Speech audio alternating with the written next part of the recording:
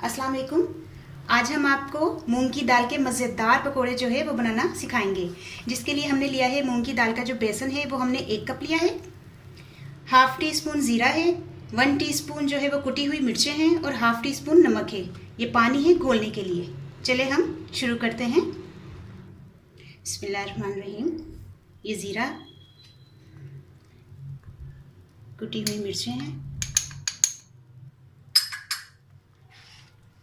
और नमक।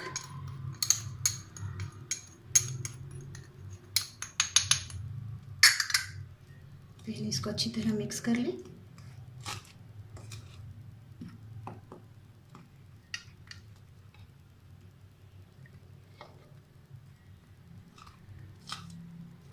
आपको बताऊंगी कि इसको कितना हमने गाढ़ा जो है वो घोलना है। हमने बेसन को तकरीबन इतना गाढ़ा हमने घोल लिया है और तेल हमारा जो है वो गर्म हो रहा है, तो हम शुरू करते हैं। अब हम शुरू करते हैं। बिस्मिल्लाहिर्रहमानिर्रहीम।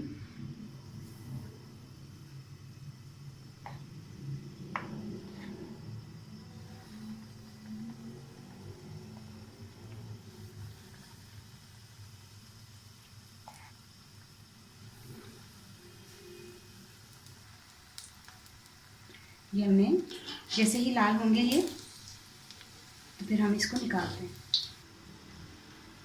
ये गोल्डन ब्राउन हो गए हैं, अब हम इनको निकालते हैं और इसी तरह हम सारे जो हैं वो पकोड़े बनाएंगे।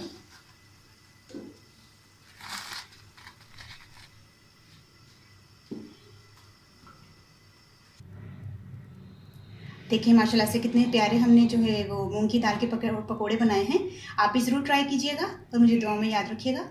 ਹੁਣ मैं ਤੁਹਾਨੂੰ ਪੰਜਾਬੀ ਦੇ ਵਿੱਚ ਦੱਸ ਦਿੰਦੀ ਹਾਂ ਕਿ ਮੈਂ ਕੀ ਪਾਇਆ ਸੀ। ਮੂੰਗੀ ਦੀ ਦਾਲ ਦਾ ਆਟਾ ਬੇਸਨ ਲਿਆ ਸੀ, ਉਹਨੂੰ 1 ਕੱਪ ਸੀ, ਜ਼ੀਰਾ ਸੀ, ਕੁੱਟੀਆਂ ਦੀਆਂ ਮਿਰਚਾਂ ਸਨ ਤੇ ਨਮਕ ਸੀ।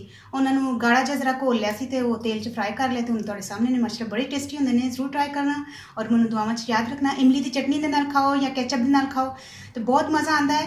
ਤੇ ਬਸ ਓਕੇ ਅੱਲਾ ਹਾਫਿਜ਼।